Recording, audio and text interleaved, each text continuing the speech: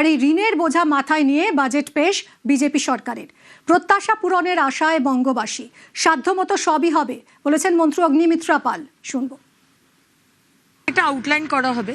আমরা যেভাবে আগের সরকার 8 লক্ষ কোটি টাকার ঋণ মাথায় দিয়ে গেছে, সেটাকে ব্যালেন্স করে তো বাজেটটা করতে হবে। সুতরাং একটা জেনারেল একটা ছবি দেওয়া হবে, তারপর তো ইন্ডিভিজুয়াল ডিপার্টমেন্টের বাজেট হবে। এখন তো অনেক বছর রয়েছে, আর মানুষের যা প্রত্যাশা, যা স্বপ্ন, সেটা পূর্ণ করব বলেই আজকে এসেছি আমরা।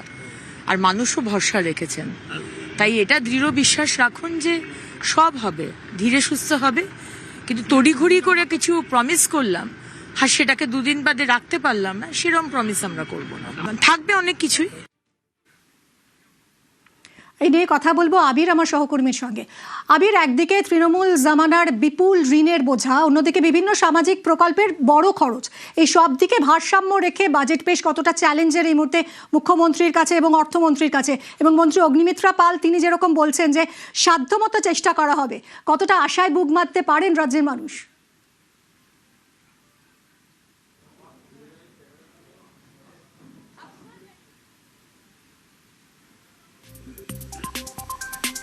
আবির, তুমি শুনতে পাচ্ছ? প্রশ্নটা যদি বলো। যেটা জানতে চাইছি যে একদিকে তৃণমূল জামানার বিপুল ঋণের বোঝা এবং পাশাপাশি বিভিন্ন সামাজিক প্রকল্প, যেখানে অন্নপূর্ণা যোজনাতেও আমরা দেখলাম একদম দ্বিগুণ হয়ে গেছে, 3000 টাকা করে দেওয়া হচ্ছে, এই বিপুল খরচ তো রয়েছে, এই সব দিকে একটা ভারসাম্য রেখে বাজেট পেশ, সেটা কতটা চ্যালেঞ্জের মুখ্যমন্ত্রী শুভেন্দু অধিকারী এবং অর্থমন্ত্রী স্বপন দাশগুপ্তের কাছে? এবং মন্ত্রী অগ্নিমিত্রা পাল তিনি বলছেন যে সব দিক সাধ্যমতো চেষ্টা করা হবে, সব কিছুই। কতটা এটা আশার কথা? বাংলার মানুষ কতটা আশায় বুক বাঁধতে পারেন?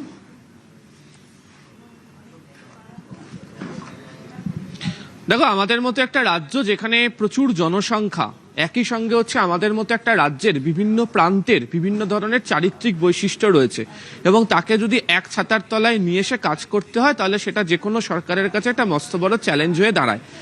যে অবস্থার মধ্যে দিয়ে নতুন রাজ্য সরকারকে কাজ শুরু করতে হচ্ছে, সেখানে একদিকে অর্থনৈতিক সংস্কারের জায়গা, দুই হচ্ছে যে এই যে সামাজিক ক্ষেত্রে যে কাজগুলিকে চলছে, সেগুলোকে সর্বোপরি বজায় রেখে মানুষের কাছে কিভাবে তারা পৌঁছে যেতে পারবেন, তারই একটা যোগসূত্র আজকের বাজেট থেকে পেশ হবে। তবে আজকে বাজেটের ক্ষেত্রে সর্বাধিক যেটা গুরুত্ব পেতে চলেছে, সেটা হচ্ছে আমাদের রাজ্যের পরিকাঠামো উন্নয়নের কাজ। তার কারণ হচ্ছে যে বিগত কয়েক বছর ধরে বিস্তর অভিযোগ উঠেছে যে এই রাজ্যে শিল্প নেই, শিল্প না থাকার কারণে কর্মসংস্থানের অভাব।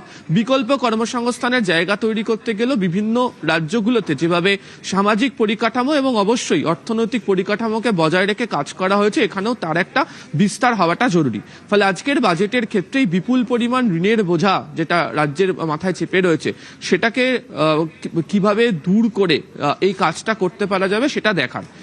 তৃতীয়ত হচ্ছে, তুমি যদি দেখো যে কোনো একটি রাজ্যে যদি শিল্প করতে হয়, তাহলে শিল্প করার জন্য একদিকে হচ্ছে সেই রাজ্যের পর্যাপ্ত শিল্পনীতি, একদিকে হচ্ছে পরিবহন ক্ষেত্র, বিদ্যুৎ ক্ষেত্রের মতো জায়গা যে একদম পরিকাঠামোর সঙ্গে সরাসরি সাযুজ্য হয়ে আছে, সেগুলোকে উন্নত করা, এবং অবশ্যই এই পরিমাণ শিল্পকে এগিয়ে নিয়ে যাওয়ার জন্য যে ধরনের সিঙ্গেল উইন্ডোর নীতি তৈরি করা দরকার, যেটা আগে বহুবার বলেও এখনো পর্যন্ত তার ফলপ্রয়োগ হয়নি, সেটা নতুন রাজ্য সরকার করে দেখাতে চাইছে।